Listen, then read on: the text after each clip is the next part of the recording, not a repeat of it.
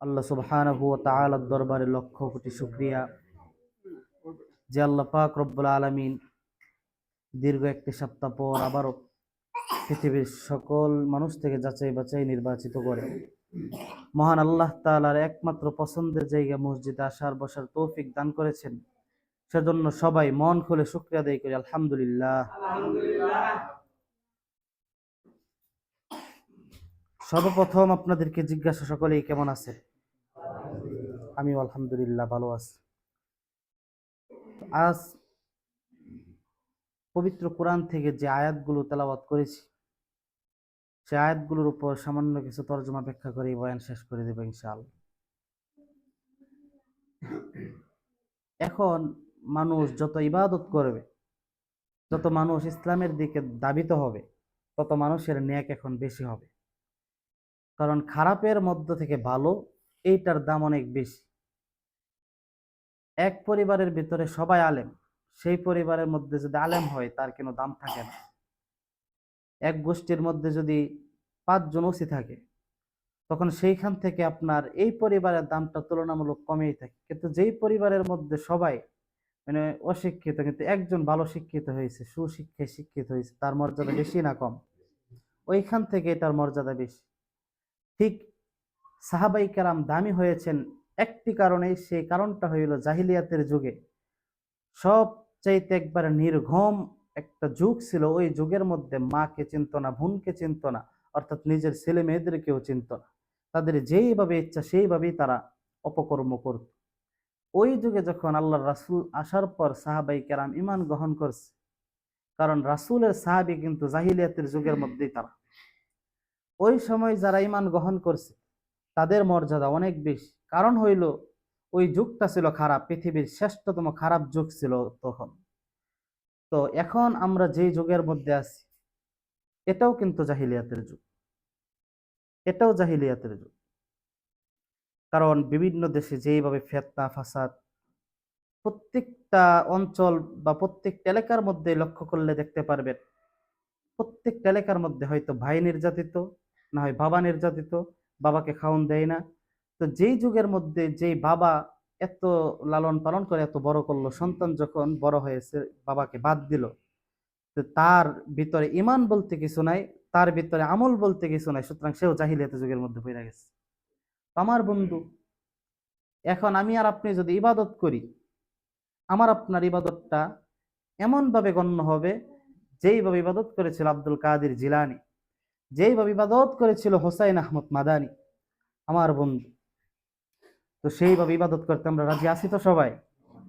ইনশাআল্লাহ। আমার নবীর দরবারে একজন সাহাবী ছিল, নাম ছিল হযরতে আবু হুরায়রা। কি নাম? আবু হুরায়রা। আবু হুরায়রা কেমন সাহাবী? যত হাদিস আপনারা শুনেন সিয়াসিত্তার কিতাব থেকে, বুখারী শরীফের হাদিস, মুসলিম শরীফের হাদিস, তেমনি ভাবে যত বড় কিতাব থেকে নিয়ে ছোট একবারে নিম্নমানের কিতাব পর্যন্ত যতগুলো কিতাব আছে, হাদিস বর্ণনাকারী সাহাবীর মধ্যে সবচাইতে দক্ষ এবং সবচাইতে বড় সাহাবী হলো হযরত আবু হুরায়রা। অর্থাৎ তিনি যেই পরিমাণ হাদিস লেখছেন, যেই পরিমাণ হাদিস বর্ণনা করছেন, এই পরিমাণ হাদিস অন্য কোনো সাহাবী করতে পারে নাই। নামটা কি? সবাই বলেন। আবু হুরায়রা। কি নাম? আবু হুরায়রা। উনি জাহিলিয়াতের যুগ, তার মা মুশরিক, আমার নবীর দরবারে ছিল। তো নবীর দরবারে যখন থাকে, গুড় গুড় করে, বাড়িতে আসতে লেট হয়ে গেছে। মা জিজ্ঞাসা করলো, আবু হুরায়রা তুমি এতক্ষণ কই ছিলা? কারণ আবু হুরায়রা বললেন, মারে আমি যদি বলি এখন আমি নবীর দরবারে ছিলাম তাহলে তো আমাকে মা মার দিবে, আর যদি না বলি তাহলেও তো মিথ্যা কথা হবে। হযরত আবু হুরায়রা কি সুন্দর উত্তর দিতেছে। আবু হুরায়রা বললেন, মারে আমি ছিলাম নবী মুহাম্মদের দরবারে, যার দরবারে থাকতে পারলে দুনো জাহান ধন্য। আল্লাহু আকবার বলেন। বলে তুই মুহাম্মদের দরবারে ছিলি? এই কথা শুনে ঠাস করে একটা থাপ্পড় মারছে। থাপ্পড় মেরা বলে, হয় আমার বাড়ি সারবি না নবী মুহাম্মদের দরবার সারবি? আমার ভাইয়েরা, হযরত আবু হুরায়রা রাদিয়াল্লাহু তাআলা আনহু আমার নবীর দরবার থেকে বাড়িতে আসতে লেট হয়। মা জিজ্ঞাসা করলেন, আবু হুরায়রা, ও আবু হুরায়রা তুই এতক্ষণ কই ছিলি? তার মা আবার মুশরিকা।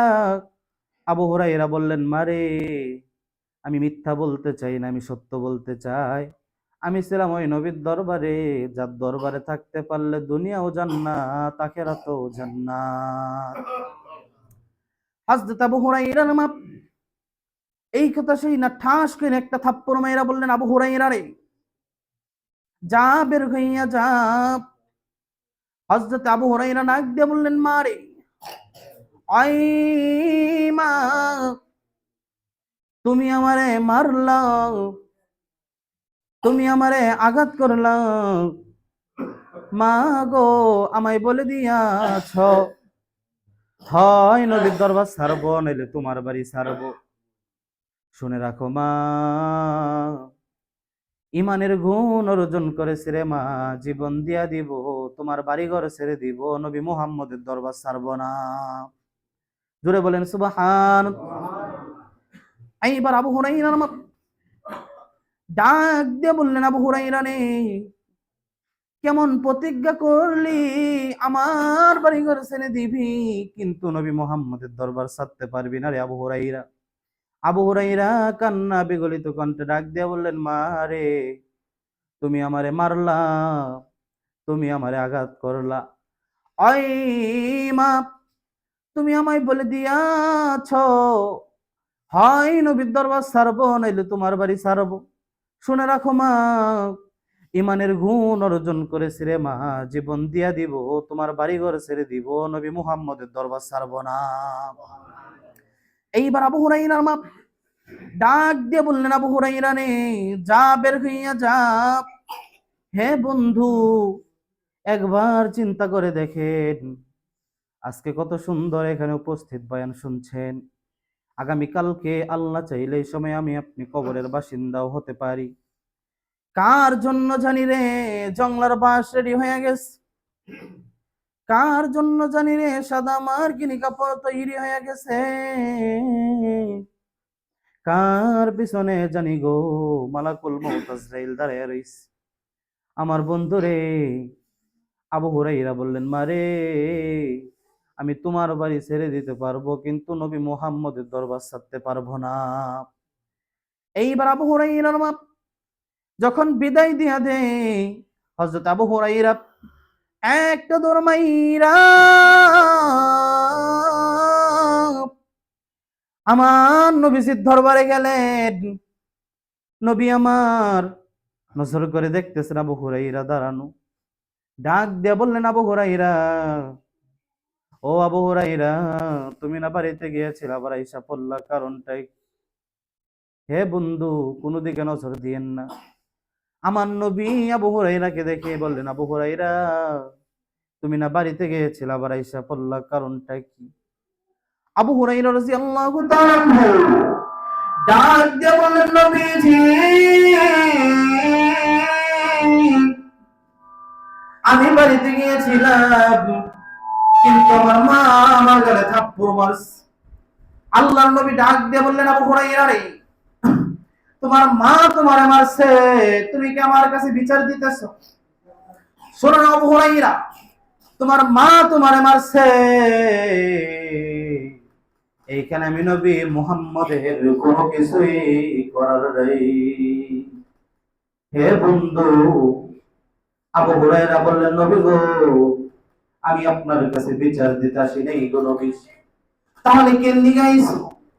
আবু হুরায়রা রাদিয়াল্লাহু তাআলা আনহু ডাক দিয়ে বললেন, দয়াল নবীজি, আমি আপনার কাছে আসছি নবীজি, আমি জানি আপনি গাছের নবী, মাছের নবী, মানুষের নবী, জিন জাতির নবী, সমস্ত কুল কায়দাতের নবী আল্লাহ আপনাকে বানায়া পাঠাইছে।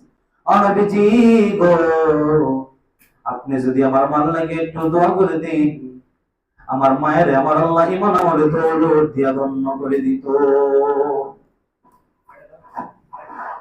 আমার ভাই,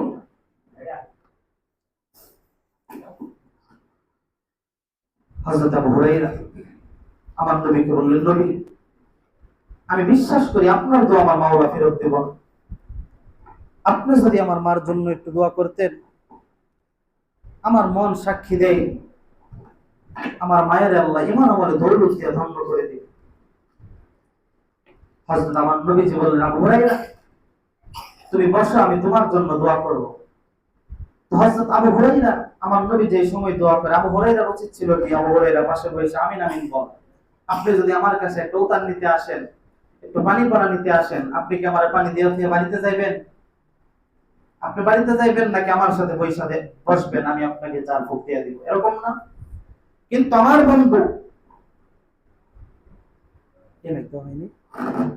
হযরত আবু হুরায়রা আমার নবীজিকে বললেন, তিনি বাড়ির দিকে রওনা দিলেন আর একটা দোয়া করলেন, আল্লাহ আমি আজ বাড়িতে যাইয়া দেখবো আপনার নবীর দোয়ার পাওয়ার বেশি নাকি আমি আবু হুরায়রার দৌড়ের পাওয়ার বেশি।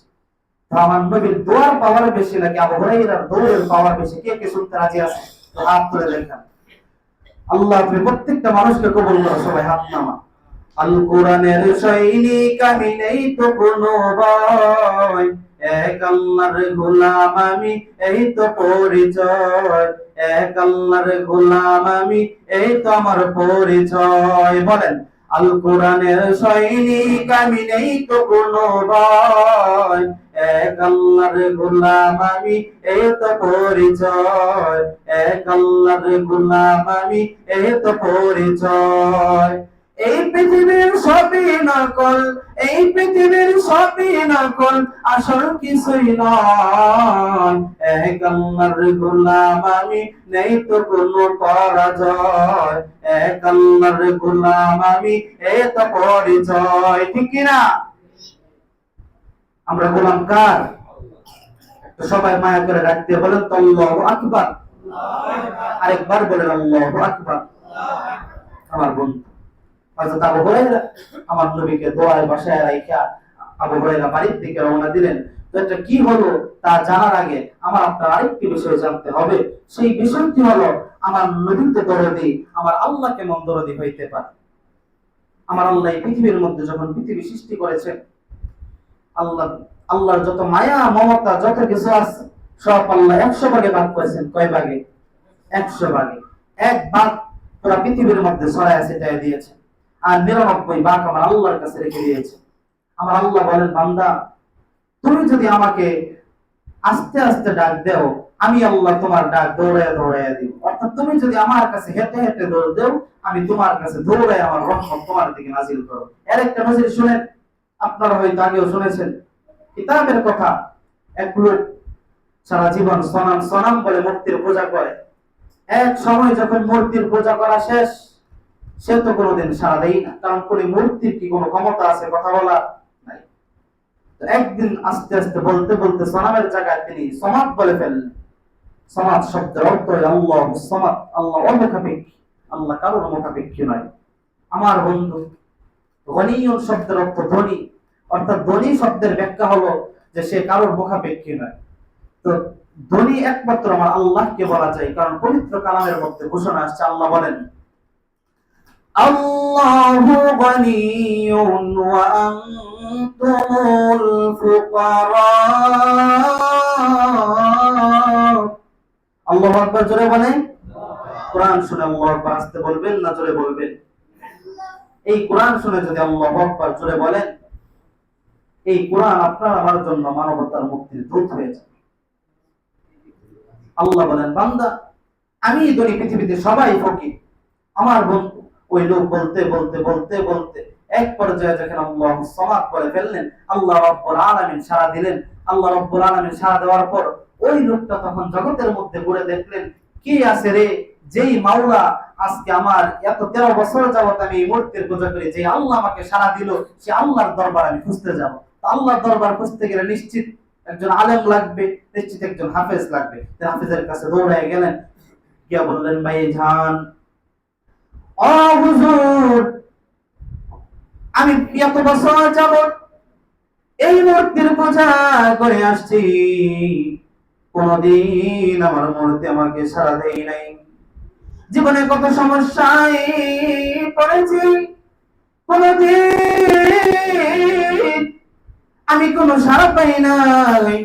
আজকে যখন আমি আল্লাহর নামে একবার পড়ে ফেললাম, আল্লাহুস সামাদ, কে যেন আমার আওয়াজ দেয়, আমি একবার বলেছি সামাদ, আমার মনে হয় একবার আওয়াজের উত্তর আমার আল্লাহকে যেন আমাকে সমাজ শব্দের একবার উত্তর আমার আল্লাহ 1000 বার দিয়া দেয়।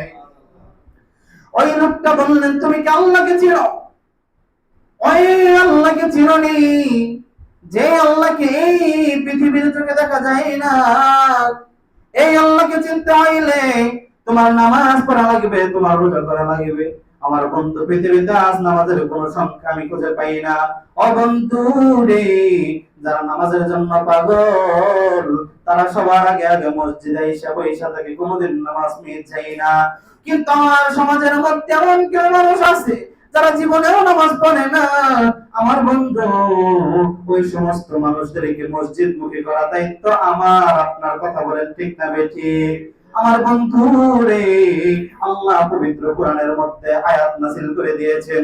আজকে বাড়িতে যাইবেন, যাদের যাদের স্মার্টফোন আছে কোরআন শরীফ ডাউনলোড করবেন, অনুবাদ কোরআনের নাম হলো, একটা কোরআন লিখবেন বাংলা তরজমা সহ কোরআন। কোরআনের মধ্যে ঢোকার পর 28 নম্বর পারা 19 নম্বর পৃষ্ঠায় ঢুকবেন। কয় নম্বর পারা কয় নম্বর পৃষ্ঠা? 28 নম্বর পারা 19 নম্বর পৃষ্ঠা। শেষ আয়াতের মধ্যে গিয়া দেখবেন এইভাবে আল্লাহ জানায় দেন, ইয়া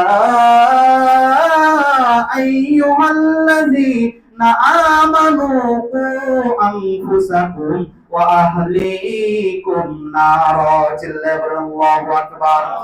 আল্লাহ রাব্বুল আলামিন বলে দিয়েছেন, হে ঈমানদারগণ, অনামাজি, অরোজাদার ব্যক্তি, যাকাত প্রদানকারী ব্যক্তি, কুরবানি প্রদানকারী ব্যক্তি, দুনিয়ার মানুষকে তোমরা ভালো কাজ করো। তোমার ভালো কাজ আনফুসাকুম, তুমি নিজে বাঁচো, ওয়া আহলিকুম নার, তোমার আহলকে বাঁচাও। বন্ধু রে, আমার আপনার ছেলে সন্তান যখন 7 বছর বয়স উপনীত হয়, আমার আপনার উপর একটা ওয়াজিব কর্তব্য হইল ছেলেটাকে মসজিদের দিকে ধাবিত করা, আস্তে আস্তে অভ্যাস করা। আমার আজকে এই মসজিদের দিকে তাকে এমনটা খুবই ভালো লাগলো। এমন এমন ছোট বাচ্চারা আজকে বয়ান শোনার জন্য বসছে, নামাজ পড়ার জন্য বসছে, যাদের উপর এখনো নামাজ ফরজ হয় নাই, তারা কোনো কিছুই বুঝে না। আমার বন্ধু, একটা কথা মনে রাখবেন, ছোট বাচ্চারা মসজিদে আসলে মসজিদের পিছনে কাতারে দিবেন না, একবারে বাহিরে দিবেন না, মসজিদের সামনের কাতারে আপনাদের সাথে বসাইবেন। আমার বন্ধু রে, আজকে ডানে বামে নজর করে দেখেন, যে সমস্ত ছোট বাচ্চারা মসজিদের মধ্যে আসছে, আমি আপনাকে যদি কলমে লিখে দেয়া যায়, আমার মনে হয় আমার কাফারা দিতে হবে না।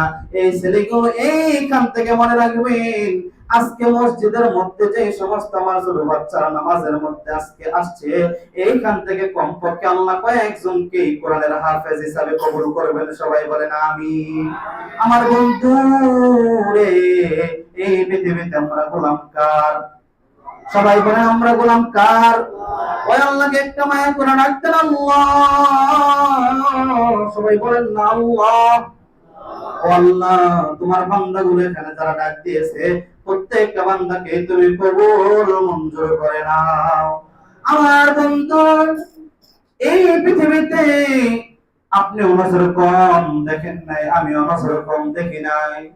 ওই হাফেজ লোকটার কাছে গিয়া বললেন, ভাইজান, আজ আমি সমাজ শব্দ উচ্চারণ করার পর কে যেন আমাকে ডাক দিয়ে বলেন, ও বান্দারে, আসো আসো, তুমি আমার দিকে দৌড়ে আসো। ওই লোকটা তখন বললেন, ওলিকে যে আমাকে আওয়াজ দিল, বলে দুনিয়ার চক্ষু দিয়ে তাকে দেখা যাইবে না, তাকে দেখা গেলে কি করতে হবে? হুজুর বললেন, তুমি পড়ো লা ইলাহা ইল্লাল্লাহ। আর জোরে লা ইলাহা ইল্লাল্লাহ, মুহাব্বতে লা ইলাহা ইল্লাল্লাহ। আর জোরে লা ইলাহা ইল্লাল্লাহ, জবান খুলে লা ইলাহা ইল্লাল্লাহ। নূর মুহাম্মদ কামলি ওয়ালা নাই রে দুনিয়ায়। আমার আপনার নবী দুনিয়া আছে? নূর মুহাম্মদ কামলি ওয়ালা নাই রে দুনিয়ায়। আজকে নেকু মাতুম জারি, আজকে নেকু মাতুম জারি সারা দুনিয়ায়। বলেন না, নূর মুহাম্মদ কামলি ওয়ালা নাই রে দুনিয়ায়। সবাই নূর মুহাম্মদ কামলিওয়ালা নবীজি ওয়াফাতের কালে বনের যত পশু পাখি সবাই কান্দে, কান্দিয়া কান্দিয়া সবাই, কান্দিয়া কান্দিয়া সবাই জমিনে লুটায়। নূর মুহাম্মদ কামলিওয়ালা নাই রে দুনিয়ায় লা ইলাহা, জোরে লা ইলাহা, জোরে লা ইলাহা ইল্লাল্লাহ, লা ইলাহা। আমার ভাই, কোরআনের আয়াত যে তুমি নিজে বাঁচো, তোমার আহালদেরকে বাঁচাও। আমার বন্ধুগণ, সমাজের মধ্যে আপনার নিজেও বাঁচতে হবে, সমাজবাসীকেও বাঁচাইতে হবে। এটা শুধু দুনিয়ার ক্ষেত্রে না, আখিরাতের ক্ষেত্রে। কু আনফুসাকুম, তুমি নিজে বাঁচো, ওয়া আহলিকুম নার, তোমার আহালদেরকে জাহান্নামের আগুন থেকে বাঁচাও। তো জাহান্নামের আগুন থেকে আপনি কিভাবে বাঁচাবেন? একটা বাচ্চা, ছোট ছেলে মেয়ে, যখন ছোট ছেলে হয় তাকে আপনি 1 বছর থেকে নিয়ে যখন সে বড় হবে 7 বছর বয়সে আপনার উপর কর্তব্য হলো আপনি তাকে নামাজের অভ্যাস করাইয়া দিবেন। যখন তার বয়স 10 বছর হবে তখন আপনি নামাজের জন্য তাকে মারধর করতে পারবেন, তাকে আঘাত করতে পারবেন। যখন 12 বছর হয় তখন আপনার উপর কর্তব্য, তার আল্লাহ নিজে, আল্লাহ তাআলা রব্বুল আলামিন তার উপর নামাজ লিপিবদ্ধ করে দিয়েছেন, ফরজ করে দিয়েছেন। 12 বছর বয়সে যদি কেউ নামাজ না পড়ে সে অবশ্যই গুনাহগার হবে।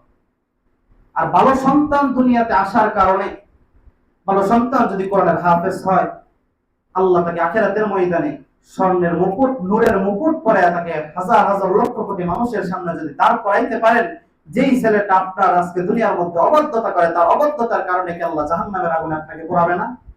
পোড়াবে কিনা? অবশ্যই পোড়াবে। আমার বন্ধু, দুনিয়ার মধ্যে যদি একজন সন্তান অন্যায় করার কারণে বাবার কাছে হ্যান্ডকাপ লাগাই দেয় বাহিনীরা, দুনিয়ার বাহিনীরা যদি সন্তানের অপরাধের কারণে বাবার কাছে হ্যান্ডকাপ লাগায় দেয়, আখিরাতের ময়দানে সন্তানের অন্যায়ের কারণে মা বাবা কেন আসামি হবেন না? আমার বন্ধু রে, এক ফোঁটা চোখের পানি দেখেন, ইমানের বয়ান শুনে পড়ে কিনা রে ভাই। আব্দুল কাদের জিলানী এত বড় হওয়ার পিছনে তার আমল কি? আব্দুল কাদের জিলানী এত বড় হওয়ার পিছনে তার আমল হলো দুইটা। কয়টা?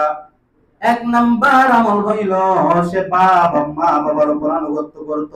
2 নাম্বার আমল হলো সে নামাজের প্রতি তাকিদ ছিল। সবাই বলেন আল্লাহু আকবার। আমার বন্ধু বাইজিদ মুস্তামি রহমাতুল্লাহি আলাইহি বড় হওয়ার পিছনে 2টি কারণ।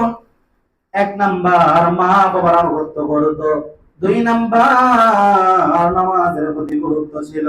আমার বন্ধু রে, 2 গুণে যদি আমি আপনিও গুণান্বিত হইতে পারি, পৃথিবীর মধ্যে আমার আপনার থেকে শ্রেষ্ঠ লোক আর কেউ হবে না। 1 নাম্বার বলেন মা বাবার আনুগত্য করা। 1 নাম্বার কি? মা বাবার আনুগত্য করা। 2 নাম্বার হলো নামাজের প্রতি গুরুত্ব দেওয়া। বাইজিদ মুস্তামি নামাজের প্রতি কেমন গুরুত্ব ছিলেন? ছোট্টকালে যখন তিনি মাদ্রাসার বয়সে উপনীত হইল, এই সময় বাইজিদ মুস্তামির মা নসর করে দেখলেন পৃথিবীর মধ্যে একটা মাদ্রাসা জারি হয়ে গেল। ওই সময় মাদ্রাসার মধ্যে হুজুরের কাছে গিয়া বললেন, বাবা রে, আমার ছেলেটাকে আপনি মানুষ কইরা দিবেন, কোরআনের শিক্ষা শিখায় দিবেন। হযরত বাইজিদ মুস্তামির মার কথা শুনি না হুজুর তাকে এমন ভাবে পড়ানো শুরু করলেন, একটা পর্যায়ে যখন আস্তে আস্তে আস্তে আস্তে কোরআনের হাফেজ হবে, এক সময় তিনি গিয়ে দেখলেন যত পড়া শিখেছেন সব পড়াই তিনি কেমন জানি বলে বলে যাচ্ছেন, মনোযোগ হয় না। মার্কা হুজুরের কাছে বললেন, হুজুর এত পড়ার কারণে আমার মনে থাকে না, এর কারণ কি? ওরে বাইজিদ মুস্তামি, তোমাকে ছুটি প্রদান করা হইল, বাড়ির মধ্যে যাও, বাড়ির মধ্যে যাও, বাড়ির মধ্যে যাওয়ার পর মা বাবার খেদমত করো। আমার বন্ধু তখনও কিন্তু বাইজিদ মুস্তামি হয় নাই, আল্লাহর ওলি হয় নাই। বাড়িতে যাওয়ার পর হঠাৎ করে একদিন মা ডাকতে বলেন, বাবা রে, আমার জন্য একটু পানি আনবা। সবাই ঘটনাটা শুনেছেন। আল্লাহর ওলি বাইজিদ মুস্তামি তখনও আল্লাহর ওলি হয় নাই। বাইজিদ মুস্তামি পানি আনতে গেল। এই কিতাবের মধ্যে বর্ণনা কমপক্ষে 1 কিলোমিটার দূরে আমার বন্ধু ওইখান থেকে পানি আনার পর মা দেখলেন ঘুমায় গেল। সারা রাত দাঁড় করে রাখলো, সারা রাত তিনি মার পাশে দাঁড়ায় রাখলো। দাঁড়ায় থাকার পর কোথায় বসবে, বসার মতো কোনো জায়গা নেই, ঘরটাও ছোট। আমার বন্ধু রে, বাইজিদ মুস্তামির মা যখন ভোর সময় হয়ে গেল, আমার বন্ধু আব্দুল কাদের জিলানীর কথা শুনেছেন, মায়ের পেটে থাকা অবস্থায় 18 পারা কোরআনের হাফজ করেছেন, মুখস্থ করেছেন। আমার বন্ধু রে, এটা কোনো কোরআনেও লেখা না, কোনো হাদিসেও লেখা না, অবশ্যই ঘটনাটা সত্য। এর কারণ হইল আমার আপনার ঘর থেকে, আমার আপনার মায়ের পেট থেকে কোন হাফেজে কোরআন বের হয়নি। এর কারণ কি? আমার কয়জন মা বলতে পারবে ছেলে বাচ্চা পেটে রাখা আমার কয়জন মা বলতে পারবে কোরআনের তেলাওয়াত করেছে? আমার বন্ধু একটা কথা আজকে সকল মায়েদেরকে আজকে বাড়িতে গিয়ে নসিহত করবেন, যার যে সমস্যা, যার বাবা হয় না, যার ছেলে হয় না, আমার বন্ধু যার যে সমস্যা, সবাই যেন কোরআনের তেলাওয়াত করে। কোরআনের তেলাওয়াত যদি কোনো ব্যক্তি একটি হরফ পাঠ করে, আল্লাহ রাব্বুল আলামিন আমলনামায় 10 অক্ষরের নেকি দিয়া দেন। আমার নবীজি বলেছেন, আমি বলি নাই আলিফ লাম মিম মিলে একটা অক্ষর, আমি বলেছি আলিফ একটা অক্ষর, লাম একটা অক্ষর, মিম একটা অক্ষর। যদি কোনো ব্যক্তি আলিফ লাম মিম পড়ে, আমি আল্লাহ রাব্বুল আলামিন তার আমলনামায় 30 নেকি লিখে দিব। আমার বন্ধু শুধু তাই না, আমার নবীর দিকে তাকাইয়া আল্লাহ বলেন 30 নেকিটাকে 10 এর সাথে আরো 70 দিয়া গুণ করবা, ওই 10 এর সাথে আরো 70 দিয়া গুণ করবা, ওই 10 এর সাথে আরো 70 দিয়া গুণ। 30 পারা কোরআন পড়লে যেমন সওয়াব, সূরা ইখলাস 3 পারা পড়ার কারণে আমার আল্লাহ ওই সওয়াব দেন। এর কারণ হইল একমাত্র আমার আপনার রহমতের নবীর কারণে। আমার ভাই, এই জন্য ছেলে মেয়েকে মানুষ করতে হবে। আজকে থেকে সবাই ওয়াদা করবেন জীবনে কোনোদিন নামাজ বাদ দিবেন। কে কে পারবেন একটা হাত তোলেন। আয় আল্লাহ, আমার ভাইরা তো সবাই হাত তুলেছে, আয় আল্লাহ তুমি তৌফিক দান করো তারা যেন পারে। সবাই হাত নামা। ওয়াদা করছেন? আমি আপনাকে বলবো না যে আপনি সব বাদ দিয়ে নামাজ পড়েন, আপনি নামাজ পড়বেন। আপনি এখন আপনার সমস্যা, এই সমস্যার মধ্যে থেকে আপনি আপনার আগে তার বাড়ির মধ্যে একটা ঝগড়া লাগছে, এই ঝগড়া ফেরানো বাদ দিয়ে আপনার নামাজ খরচ, আপনার আগে ঝগড়াকে প্রতিহত করা খরচ। আপনার একটা সমস্যা, আপনার আজকে একটা আপনার মেয়েকে নিয়ে বা আপনার ছেলেকে নিয়ে মেডিকেলে যাইতে হবে, প্রতিমধ্যে যদি আপনি নামাজ পড়েন হয়তো রোগীটা মারা যাইতে পারে, না তার বড় কোনো আক্রান্ত হতে পারে, ওই সময় আপনার এইটা করা খরচ, নামাজ পড়ে খরচ। এটা আপনার খরচ না? অবশ্যই খরচ। এই জন্য ইসলাম হলো একেবারে সহজ ধর্ম, ইসলামটাকে কেউ কঠোর বানায়েন না। অর্থাৎ আপনার যেই বলে সহজ, আমাদের সমাজে একমাত্র আপনার এই সমাজটাকে পরিবর্তন করতে পারবে যুবক। বলেন কারা পরিবর্তন করতে পারবে? ইয়াং জেনারেশন পরিবর্তন করতে পারবে। মুরব্বীরা কিভাবে করবে? মুরব্বীরা তো জান্নাতে যাবে না। মুরব্বীরা জান্নাতে যাবে, আচ্ছা আপনারা জান্নাতে যাইতে পারবেন না। আল্লাহ রাসূলের দরবারে একজন সাহাবী আসছেন, বৃদ্ধা মহিলা। আয়েশা বললেন, ইয়া রাসূলুল্লাহ, আমি আজকে অনেক কোরআন তেলাওয়াত করেছি, আমি চাই আপনি আমার বাড়িতে এক বেলা এসে দাওয়াত খাইবেন। আল্লাহ রাসূল বললেন, তোমার বাড়িতে আমি দাওয়াত খাইলে কি হবে? বলে, নবী গো, আপনি যদি আমার বাড়িতে আসেন, আমার বাড়িটা ধন্য হয়ে যাবে। বলে, ও মা, তোমার বাড়িতে আমি দাওয়াত খাইলাম, কিন্তু আমার কথা হলো তুমি তো জান্নাত পাইবা। মহিলা মানুষ, মহিলাদের মন তেমনি হাউমাউ করে চিৎকার করে কান্না শুরু করছে। বলে, মা আপনি কান্দেন কেন? আপনি তো এই অবস্থায় আল্লাহ জান্নাতে আপনাকে দিবে না। আরে মিয়া, আমার নবীজি যদি কোনো হাস্যকর কথাও বলতেন তার এটার মধ্যে কোনো শিক্ষা থাকে। কারণ মুরব্বীদেরকে যে সময় জান্নাতে দিবে, সকল মানুষকে 30 থেকে 35 বছরের বয়সে রূপান্তরিত কইরা তারপরে আল্লাহ জান্নাতে ঢুকাইবে। সুবহানাল্লাহ বলেন। কেন? আপনার যদি এই মুরব্বী অবস্থায় যদি যার একটা দাঁতও নাই, তারা যদি জান্নাতের মধ্যে এই মুরব্বী অবস্থায় দেয়, তাহলে তারে যে এই গুস্ত, এই হাড্ডি, এই আপনার এত সুস্বাদু খাবার যদি আপনি খাইবেন কি? আপনার এই বয়সে যদি আপনার 70টা হুঁড় থাকে, আপনি করবেন কি? আপনি করতে পারবেন? আপনি থাকতেই পারেন না। আমার নবী কত শিক্ষা দিয়ে গেছেন সাহাবায়ে কেরামদের। ওই নবীর আদর্শ, যদি কোনো মানুষ নামাজ পড়ে, সন্তানদেরকে নামাজি বানায়, একটা নামাজে আছে আপনি খুঁজে পাইবেন না, আজকেই তালাশ করেন বাড়িতে গিয়া, দেখবেন প্রত্যেকটা নামাজের ঘরে শান্তি আছে। যাদের ঘরে নামাজের মধ্যে শান্তি নাই, মনে করবেন তারা রেগুলার নামাজ পড়ে না।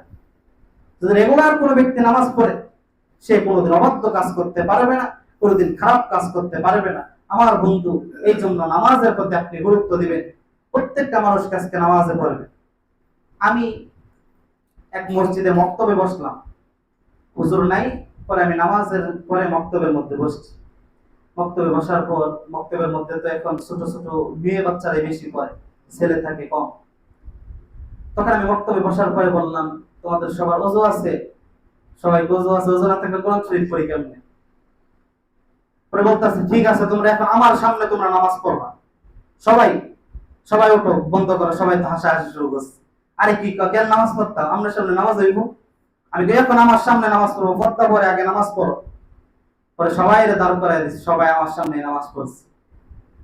আমি কইছি, তোমাদের সবক একটাই, পড়া অনেক হবে, তোমাদের পড়ালেখা অনেক হবে। প্রতিদিন যদি হুজুর দেখো আইসা বৈশা রয়েছে, হুজুরে বলবো আমরা নামাজ পড়ি। তোমরা যদি নামাজ পড়ো, কোন তোমাদের 5 ওয়াক্ত নামাজের মধ্যে খালি আসরের নামাজ, আসরের পরে বক্তব্য পড়ে, তো আসরের নামাজটাই সেখানে পড়ো, আর বাকি 4 ওয়াক্ত নামাজের দরকার নেই। হুজুর এটা কি করি? গাড়ে তুমি আসরের নামাজ আগে পড়ো না? আমার বন্ধু, কেন? এইভাবে ছেলে মেয়েদের উৎসাহ দিতে হবে, নামাজের দিকে আকৃষ্ট বানাইতে হবে। আসরের নামাজ পড়ো, বাকি 4 ওয়াক্ত নামাজ তোমাদের লাগতো না, বাকি 4 ওয়াক্ত আল্লাহ মাফ করে দিয়েছে তোমরা। আমি যে বললাম এই কথা আমার গুনাহ হয়েছে? না, আমার গুনাহ হয়নি।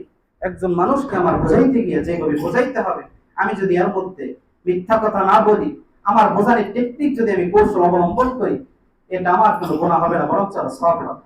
এই জন্য কোন আকাবির, কোন আসলাফ যদি ভুল করেন, কিতাব লিখতে গিয়ে যদি কোনো মাসালা ভুল করেন, তার সওয়াব হয় দ্বিগুণ। কয় গুণ সওয়াব হয়? সবাই বলেন, কয় গুণ সওয়াব? দ্বিগুণ। কেন?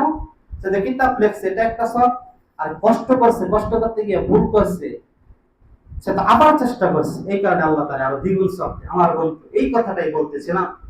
যারা যারা কোরআন শরীফ পড়তে পারেন না, বাড়িতে বসবেন, বাড়িতে বসার পরে কোরআন শরীফ গুলা নিয়ে এইভাবে খালি পৃষ্ঠার পর পৃষ্ঠা গুলা হাতে দেখবেন, 5 মিনিট দেখবেন।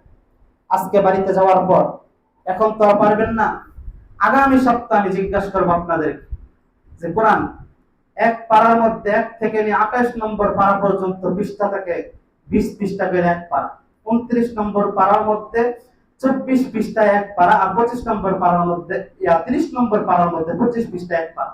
তো আপনি 20টা পৃষ্ঠা শুধু উল্টায় খালি এইভাবে দেখবেন প্রতিদিন। কে কে পারবেন হাত তোলেন?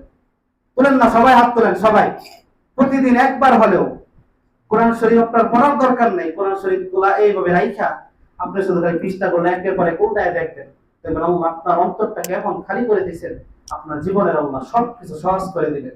আপনি বুঝতেই পারবেন না আল্লাহ আপনাকে কিভাবে দিন। আমার বন্ধু, যেই কথা বলতেছিলাম, হযরত আবু হুরায়রা আমার নবীজির দোয়ায় বসায় তিনি বাড়িতে আসছেন। বাড়িতে আসার পর মা বললেন, ও আবু হুরায়রা, তুমি কোন নবীর কাছে গেছিলা? এই নবীর আমি চিনি না, তবে আমি আমার মনের মধ্যে কেমন জানি ধাক্কা লাগে, কে যেন আমার মনের মধ্যে আগুন জ্বালিয়ে দিয়েছে, ছটফট করা শুরু করেছে। ও আবু হুরায়রা, আমি আর এইভাবে মুশরিকা থাকবো না, এক আল্লাহর ইবাদত শুরু করব রে।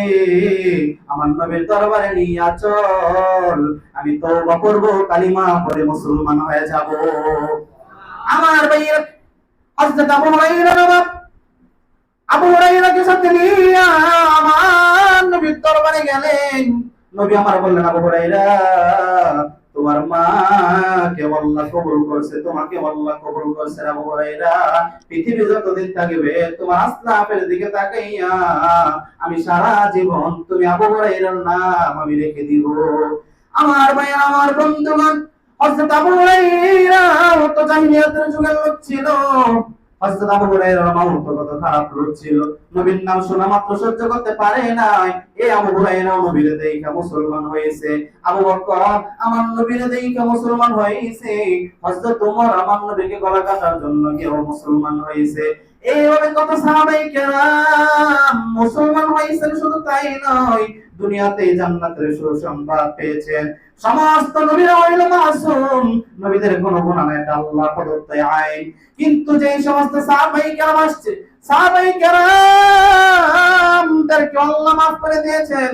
সাহাবায়ে কেরামের পরে যে আরেকটা প্রজন্ম আসছে তাবিঈন, তাবিঈদেরকে আমার আল্লাহ মাফ করে দিয়েছে। কিন্তু তাবিঈনের পর থেকে আমরা যারা আছি, আমাদের মাফ পাইতে হলে দুইটা কাজ করতে হবে।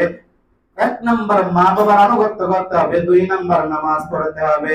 আমি আপনি যদি নামাজ পড়ি, এই নামাজের ওসিলায় আমার আল্লাহ আপনার জীবনের সব গুনাহ মাফ করে দেবেন। শুধু তাই না, আমার আল্লাহ আপনার জীবনের মনের আশাগুলো পূরণ করে দিবে। আমার ভাই, এই কারণে সবাই নামাজ পড়বে। বাড়ি কোথায় গেছেন, নামাজ পড়তে পারেন না, আপনার 5 ওয়াক্তই কাজা হয়ে গেছে। 5 ওয়াক্ত নামাজে আপনারা তো শুধু ফরজগুলো পড়বেন। কারণ আর আরেকটা কথা হলো, আপনাদের নামাজ যে আপনারা পড়বেন, ফজরের নামাজের মধ্যে অনেকে আয়েশা হুজুরের সাথে সুন্নাত না পড়ে শরীক হয়ে যান না? এই ফজরের নামাজের পরে হুজুরের সাথে ফরজ নামাজ পড়ার পরে আর সুন্নাত পড়েন না। সূর্য উদয় হওয়ার পর তখন সুন্নাত পড়বেন। আর যদি আপনি হুজুরের সাথে নামাজ না পান, তখন আপনি সুন্নাত করতে পারবেন ফরজের। কারণ কি, যত জোহর আছে, আসর আছে, মাগরিব, এশা আছে, এই ওয়াক্তের নামাজগুলোর মধ্যে সুন্নতের কোনো কাজা নাই। সুন্নতের কি নাই? কোনো কাজা নাই, সুন্নতের কাজা নাই। কিন্তু ফজরের নামাজের কাজা আছে। কোন সময়? এটা সূর্য উদয় হওয়ার পরে। সূর্য উদয় হওয়ার পরে। এই জন্য আমার বন্ধুগণ, সূর্য উদয় হওয়ার পরে ফজরের নামাজ পড়তে পারেন। আরেকটা কথা হলো, কেউ যদি কোনো কাজা নামাজ পড়েন, এই কাজা নামাজ যে পড়তেছেন এটা কাউকে বলবেন না, না বইলা পড়বেন। কি বলছি বলেন? কাজা নামাজ কাউকে বলবেন না। কারণ কাজা নামাজ যদি সে জানে যে আপনি একটা কাজা নামাজ পড়তেছেন, সে তো বুঝবে যে আপনি একটা ফরজ তরক করছেন। তো এটা তিনি আখিরাতের ময়দানে আপনার আমার ব্যাপারে নালিশ করবে যে আল্লাহ, সে আমার একদিন একটা কথা বলছিল যে সে নামাজ কাজা পড়তেছে, তাহলে তোমার একটা ফরজ তরক করছে, তার বিচার করো। এই জন্য আমাদের সমাজের মানুষ বুঝে না। অনেক মানুষ গুনাহ করে, আকাম কুকাম করে, আইসা আবার বন্ধুদের সাথে বলে যেটা করছে, আরে মিয়া নিরিপে গুনাহ করছে, এই গুনাহ মাফ করার মালিক তো আল্লাহ। তোমার কেন তোমার বন্ধুর সাথে বইলা একটা সাক্ষী বানাইলা হাসরের ময়দানে? তো সে সাক্ষী আল্লাহর কাছে মাফ করাইলা, কিন্তু সে যদি দাঁড়ায় আল্লাহর কাছে নালিশ করে, আল্লাহ আমারে জাহান্নামে দিবেন। তো সে যে আমার সাথে একটা নালিশ করছিল, আমার সাথে একটা কথা স্বীকার করছিল, এই বিচার আপনি করেন। আমার বন্ধু, সেই কঠিন দিনে আল্লাহ প্রত্যেকটা মানুষকে মাফ করে দেন। সকলে বলেন আমিন। আখির দাওয়ানা আলহামদুলিল্লাহি রাব্বিল আলামিন। যারা সুন্নাত পড়েন না কবলা জুমার 4 রাকাত সুন্নাত পড়েন।